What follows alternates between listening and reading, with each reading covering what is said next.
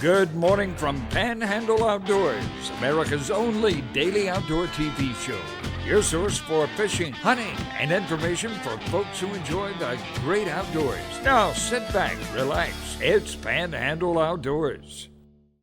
Good morning, folks. Welcome to Panhandle Outdoors. I'm Winston Chester. I'm glad you're here with us on this Friday morning. We appreciate your viewership. Let's get started with our weather. Brought to us by Gulf Coast Air Conditioning, Drew Pollard and hard-working crew. Take care of everyday comfort needs. High of 88, low of 74. Our cool nights have been a little bit better now. Water temperature brought to us by Maranta Coffee Company, this area paints company. We're looking at 86 degrees at the end of the beach pier. I don't have the river readings this morning, but I do have the tide chart. This is good news right here. Look at the tide chart brought to us by Kent Forest Lawn. We're looking at a very strong tide today. High tide this morning at 8:53. Then it's going out strong basically all day long, a falling tide at about 6:50 tonight. And it's going to be, the marine forecast be northwest of 5 to 10, so it's blowing, if you're on the north end of the bay, it's going to be blowing out. So that's going to be interesting too. Our fishing game times brought to us by Blue Water Outriggers in Port St. Joe, 10:02 to 12:02. That's really interesting. I looked at it last night. That tide is going to be starting strong out, getting out of there. And then tonight, 10:27 to 12:27, it's going to be coming in. So it'll be, we're talking about floundering and all. We'll talk about it later on in the famous Friday fishing forecast, but it's getting that time of the year. I want to say the big thing, we got Friday Night Lights now. I'll talk about it every Friday morning on Friday Night Lights. You get a chance to get out, watch some good high school ball, watch the band and cheerleaders and everybody jumping up and down. Just a fun way to spend a Friday night. So if you get a chance to participate, please do. Let's take a break. We'll be right back. Okay, welcome back. And speaking of school, we had the opening and all, and I just want to thank, from my viewpoint as a citizen and a school board member and someone who loves the school system, I want to thank all the teachers, administrators, the bus drivers, the maintenance folks in all of our districts, our non-instructional, our paraprofessional, the office staff. It takes a whole group of folks to run a school system, and everyone has had a very good start. And I appreciate all the hard work y'all put in. These folks work hard at it, and I pray every morning for the safety of all of our schools, all of our students. So speaking of good things and all, Robert David Whitfield, the Whitfield family out of Weewall, originally a big old family of Whitfields. Robert, look at this picture. This time of year, you see these sunflowers, but look at all the pollinators on them. I just think this is cool stuff. And he had a big old sunflower field. I don't know where they are, but here's another one here. That old bee was just working around. But look at, if you ever study this, and they're making honey and pollinating all the other flowers. One more. But that was some good stuff right there. So thank you, Mr. Whitfield. Okay, look, I want to show you this. This is interesting. This is in Apalachicola. It's actually, what's interesting, what's the prize money? $10,000 if they get 100 boats. And it's going to be September the 13th. That's next weekend. And here it is right here. The 10-foot hole at Battery Park, Bay Avenue, and Apalachicola. So I don't really know who's running this. I just ran across it. It's Curfew Lodge Bass Tournament. But that's a fine prize for first place. So that's good stuff right there. And speaking of pictures, my good friend up outside of Nashville, Rob Simbeck, and I put this up because it's a hummingbird, and they're getting ready to start a migration. He keeps up with them really good up there. As a male, this is a male ruby-throated hummingbird. You see it better right here. Is that not cool? Look at what cool. I love how they look at the little claws, how they wrap around to hold on. They have to because they move so fast. Another picture. Look at the claws. But we love looking at our hummingbirds. Okay. So anyway, if you got pictures of, I know some of y'all really get into bird watching and enjoy that kind of stuff. If you got pictures and all, send them and show it to me. But this time of year is a good time to get out as a migratory flow is starting in all different species of birds, and it's really cool stuff. When I run across things too happening in outdoors, good and bad, I try to present them because it's real life and real people and doing real things. And sometimes we have tragedies, and I bring them up not to make you feel bad, but just to help keep us all aware of how things can happen, accidents can happen, and we just have to be on our toes and be aware and always sort of looking around. And I have two incidents right here. This is not local. This is over here in Pascagoula, Mississippi. And this young man, 29 years old, he was killed during a boating accident over one of those Marsh Islands, and it's sad because it shows his wife and his 1-year-old son. And I didn't get all the details on it, but it did happen. Boating accidents do happen. The second one, this up in Alabama, Jasper County, 11-year-old boy, that you see what happened. That turned over, and it trapped him, and it had a little 7-year-old girl. He landed on top of her, so she got away with minor injuries. But the little boy passed away, 11 years old, on an ATV accident. So that's Alabama and Mississippi. But just be aware and just tell kids and everything to get out doing that kind of stuff. But anyway, speaking of oysters and all, I ran across this, and I'm gonna talk about it later. But the Southern Miss, what they're doing at Ocean Springs, they set up a situation where they're going to actually have some oyster bars. Let me see. They're going to have artificial oyster bars, and I'll pull them up next segment right there. But I do want to move on down to the seagrasses. Okay, right here. We talk a lot about the seagrasses, the algae, and seaweed along the shoreline, and you can tell by the smell sometimes. This is really instructional. I'm going to send it to Wendy to show her class. If I was teaching today, I would show the different parts. This is just seagrass right here. You see it it looks like grass. So seagrass, and can you see that bottom line down there, the darker part? That's when it's most prevalent. So it's most prevalent July through October. But one of the good things, it enriches the sediment as it decomposes.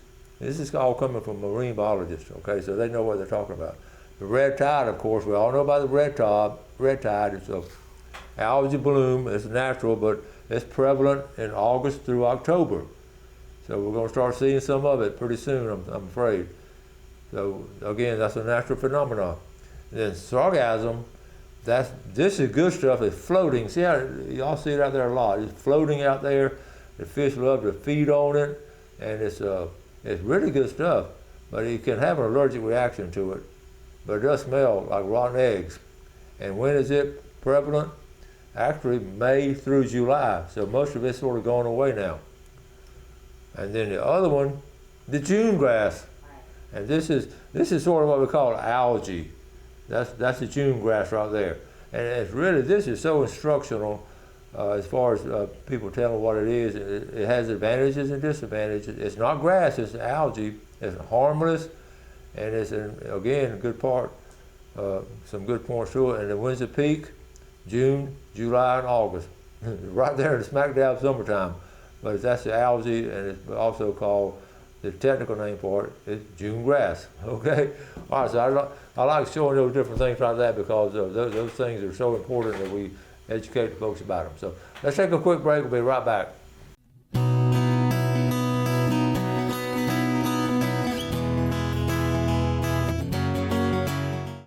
Okay, welcome back. Just a quick announcement. On Monday's show, we're going to do something I don't think we've ever done. We're going to actually replay a whole show.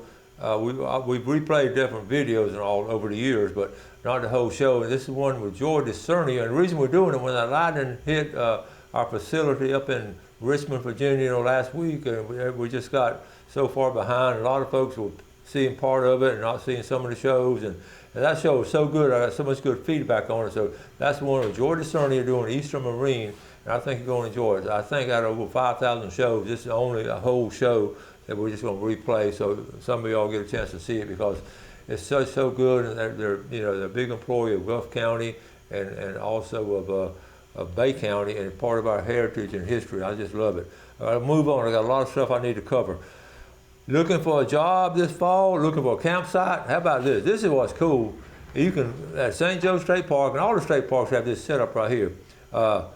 You can be a maintenance resident volunteer for October and November of this year. You come for 1 month or both, and you volunteer, you serve 24 hours per week, and you get a free campsite and free hookups. How about that? Is that not cool? Okay, a lot of folks do that. Moving on. Brad Bishop talking about the boat ramp. He's almost slid down it, but the county came and power washed it. And thanks to Dan Curry, I think it's over in Walton County, for taking care of that boat ramp, getting it maintained. Our ramps can be a safety risk, so keep them maintained. Coming up, this is cool. This second annual. This will be next month, but it goes to such a good cause. The Ark of the Bay. Bay County Shooting Range, clay shoots, so get your team together. We'll talk more about it. Maybe get those guys to come on the show and talk about it. This is interesting. We're talking about the walls around Wakulla. What is cool, okay, I'm gonna show this. I know these are tornadoes for the last 70 years.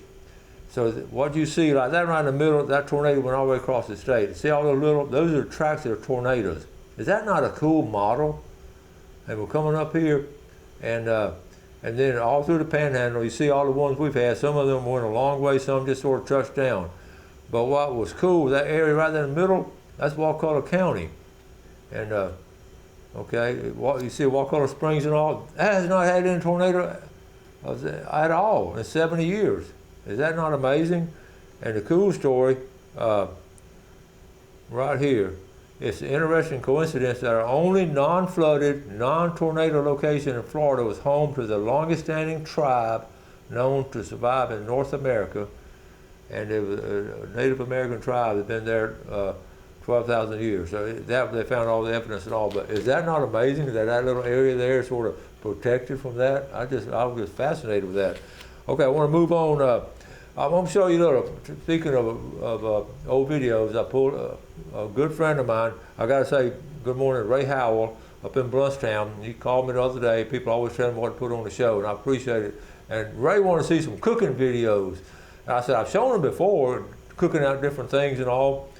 And we're talking about it. He said, how about your mama's hush puppies? I said, you know what? I'm going to pull that up and show it to folks, because this is way back in 2011. Mom was getting on, and she didn't have many years left after that, so her health wasn't that good. And I went over to Whitney's house and had Whitney, she was this high, and Mama was showing Whitney how she made homemade hush puppies. So this is a video, and like I said, Mama wasn't as moving around as much then, but she was still loved to cook when she could. But this is my mama's hush puppies, and Whitney copied them down, and she can still make them. So. And at the end of the video, we show you the recipe. So we're going to show this and come back to our drawing and show our famous Friday fishing forecast. So Jeff, let's roll this video. Okay, now we're here today. We're going to make some of the best hush puppies in the world. My mom makes the hush puppies, and everybody's crazy about them. I've always wanted to film her doing it. So she's going to show Whitney how she makes hush puppies. So Mama, what's the first thing you do? Put meal in there, and then the flour. All right, put the meal in there. All right, first thing is putting the meal. And this is an old family recipe. You watching, Whitney? Mm-hmm. All right. That was some Dixie Lily. This is flour. All right, now we're going to do some flour.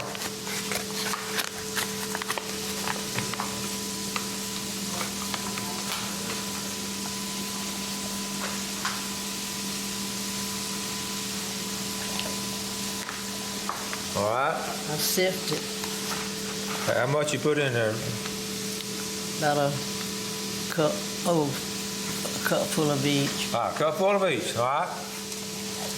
And then we're going to sift it. All right. Don't worry about making a mess. Ready, you want to do that for us? Sure. Well, let's do that.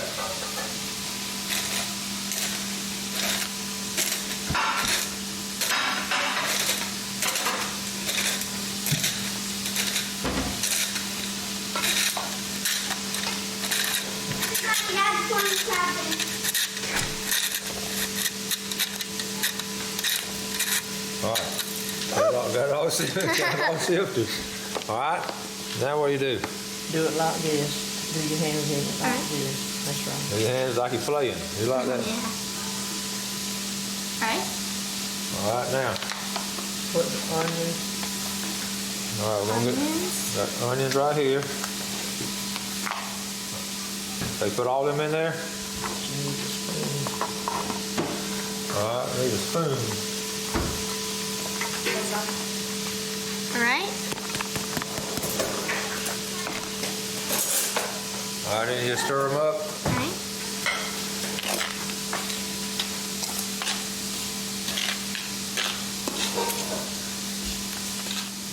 All right, what's the next thing you do now? Put the salt in it.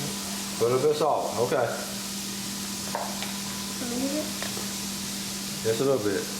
Just a, All right. All right. And then you stir it up some more. So.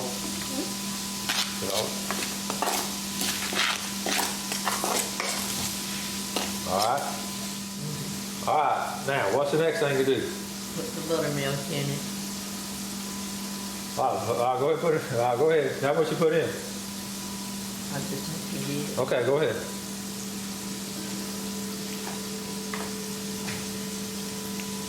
All right. About that much in Mix it. it up? Yep. All right, we're just gonna mix it up good. Get a good texture on it. Need some homemade hush puppies. Mama calls them doughboys. I'm gonna add a little bit more for the texture.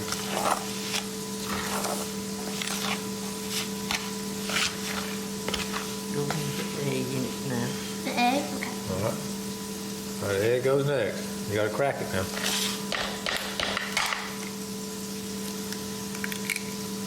One egg.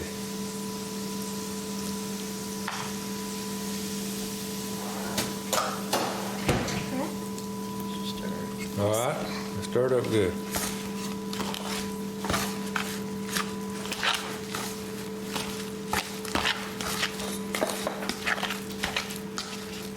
That egg came out of the yard, didn't it? That's the yard, yard egg? Our chicken eggs. Your own chicken laid that egg.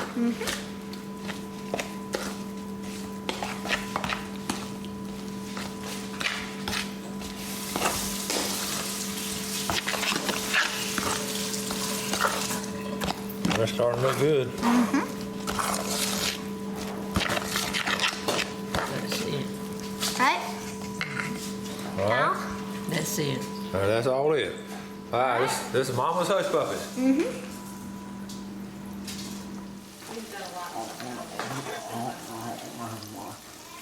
Y'all just swam.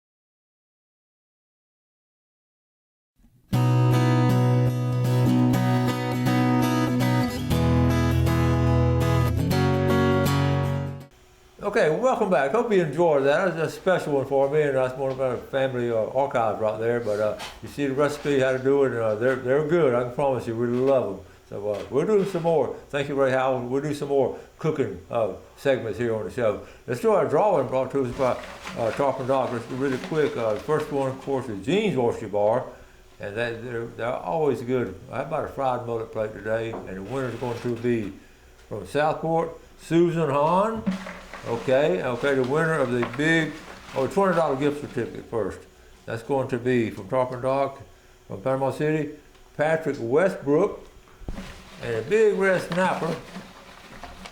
All right, the late Johnny Harris got it last week, and we're looking at the red snapper this week from the Funiac Springs, James Dees. Okay, I got them all in order right there, so we'll write it down and get them to the sponsors, and we appreciate it. Our famous Friday fishing forecast brought to us by our good friends at Jessica Ling Insurance and Financial. I wrote down last night was just what was cool. First, the biggest news is a little slight cooling in the morning air. And that's always a sign of fall coming in, so we always feel good about that. But before we get to it, I'm fascinated with those tornadoes and no flooding in Wakulla. Here's the area right here. Right here, sitting on the screen. This is the Big Bend area of Florida. And Osceola, you see that swamp there? You can imagine a Native American living in that area with the creeks and natural area right there. And that's sort of southeast of Tallahassee. St. Mark is south and southeast of Tallahassee. A cool place. But moving on down to get back to the forecast. I wrote down, the first thing I wrote down, floundering, because As the nights cool off, you just want to sort of get out there and start gigging. And again, September, October, some prime time. But I want to get some more reports. Reports just haven't been a lot of floundering. Also, the fall fly fishing. We're talking about losing Flip Pallet. I think about him. Think about all the fly fishing we can do. But these farm ponds, they're excellent for fly fishing if you got some bugs falling down off the bushes. A great way to teach a kid. The big thing now, red snapper. I didn't show it on the show, but red snapper season open back up September the 1.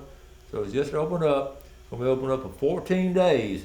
And this is a good 14 days. We're going to plan. We've got a trip planned on Seminole wind. You can catch all kinds of things for a couple of weeks right here. But the red snapper will stay open every weekend all the way through Christmas. Every 3-day weekend, so we have ample opportunity to go. The mullet's going to be moving good. The fall run of the big king mackerel, what we call the smoker kings, should be coming in shortly, late September and October. September is just a cool month to get a lot of things done. Looking real quick at our different areas, I wanted to show some areas are polluted and all, but most of our bays are in good situations, except for right here in the center, this part right here. Our cities of the overflow, the sewer overflows, but the West Bay area is good. Great time of year to go cruising on the Intercoastal Waterway. Choctawhatchee Bay reports from Choctawhatchee. J.B. Hilder's still catching those mullet. There's been some nice brim caught out of Black Creek. I saw a picture the other day on that. So Black Creek, the Destin Fishing Rodeo is getting ready to get started. Destin is always good. Fall surf fishing is going to be strong. The algae, what do you call it, June grass, all that is out of here. The early part of the later part of summer, it sort of winds down. Then we got more coming in. I just showed you that chart. That's very interesting. After let's run down to St. Joe Bay. Folks are still getting a lot of scallops, and we're part of it too. And a lot of us now are just sort of collecting them and redistributing them. I got to get with marine biologists and find out if we need to put them in clumps, so when they spawn, they need to be in clumps, or we just throw them out individually. So if you know the answer to that, I would appreciate it. But anyway, I got to wrap it up. It's been a great week. I've got a good week coming up next week, and all kinds of special things going on. So y'all do something good for someone else today. Enjoy the outdoors, and let's take care of it, and God bless. Thanks for watching America's only daily outdoor TV show, Panhandle Outdoors with Winston Chester, featuring hunting, fishing, and other activities and information to help you enjoy the great outdoors. Join us next time for Panhandle Outdoors.